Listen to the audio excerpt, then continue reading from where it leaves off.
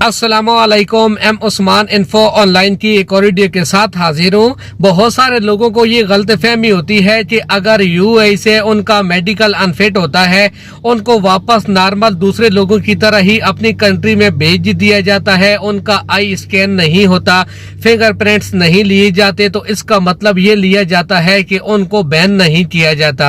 तो दोस्तों, आपकी यहाँ पर थोड़ी सी गलतफहमी मैं दूर करने की कोशिश करूंगा। इम्पोर्टेंट वीडियो है, आप इसको अगर पूरा देखेंगे तो इंशाल्लाह आपके तमाम डाउट्स क्लियर हो जाएंगे। वीडियो पसंद आए लाइक जरूर करें। मेरे चैनल के ऊपर नए आए हैं, सबसे पहले इसको सब्सक्राइब करें और साथ में बेल आइकन को भी इनेबल कर दें ताकि इसी किस्म की मजीद मालूमाती वीडियोस आपको पहुंचती रहे।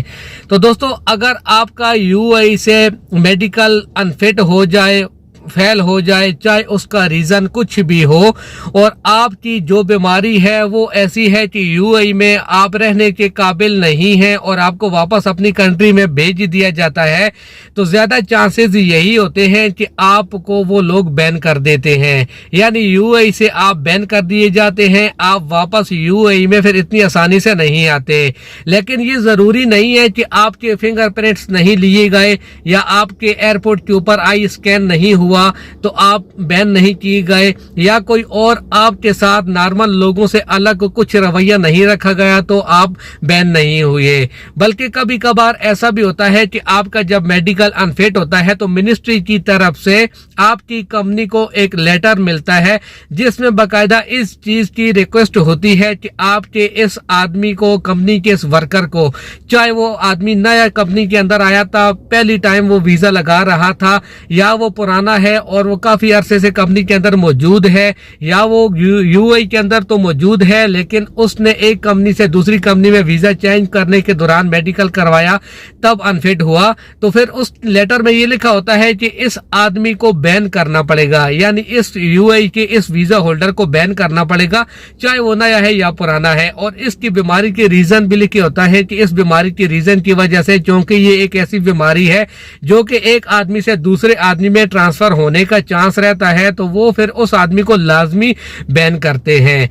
अगर ऐसा कोई लेटर नहीं मिलता फिर ज्यादातर चांसेस यही रहते हैं कि वो आदमी बैन नहीं होगा, लेकिन वो थोड़ी सी बीमारी की नोयत की वजह से वापस अपनी कंट्री में भेजा जाता है, जो कि ज्यादा चांसेस रहते हैं कि आप अच्छे से अपना इलाज करवाएंगे तो वो बीमारी ठीक रहेगी। इसके अलावा अगर आपकी कंपनी को लेटर नहीं मिला, आपके साथ एयरपोर्ट में कुछ अलग रवैया नहीं रखा गया, तो आपने जिस हॉस्पिटल से, जिस मेडिकल टीम से अपना मेडिकल करवाया था उनकी तरफ से भी बैन होते हैं। यानी कि वो मेडिकल टीम जिसने आपका मेडिकल किया है, आपका चेकअप किया है, उनको एक दरखास्त देनी पड़ती है। आपने जिस एरिया से, यानी अगर आप यूएई की किसी भी स्टेट में हैं तो उसकी गवर्नमेंट को या गवर्नमेंट से मुल्हक जो अदारे होते हैं उनको दरखास्त देते हैं कि इस आदमी की बीमारी इस नोयत की है, इतनी संजीदा है कि इस आदमी के यूएई में रहने की वजह से दूसरे लोगों के मुतासर होने का चांस रहेगा। तो ऐसी सूरत में भी दोस्तों, ना ही आपका आई स्कैन होता है, किसी भी किस्म की आपकी आंखों की चेकिंग नहीं होती, न ही आपके फिंगरप्रिंट्स लिए जाते हैं, और न ही आपसे दूसरे लोगों से अलग रवैया रखा जाता है। सेम नॉर्मल आप वापस अपनी कंट्री में ऐसे ही जाते हैं जैसे कि दूसरे लोग कैंसिल होकर या छुट्टी में जा रहे होते हैं।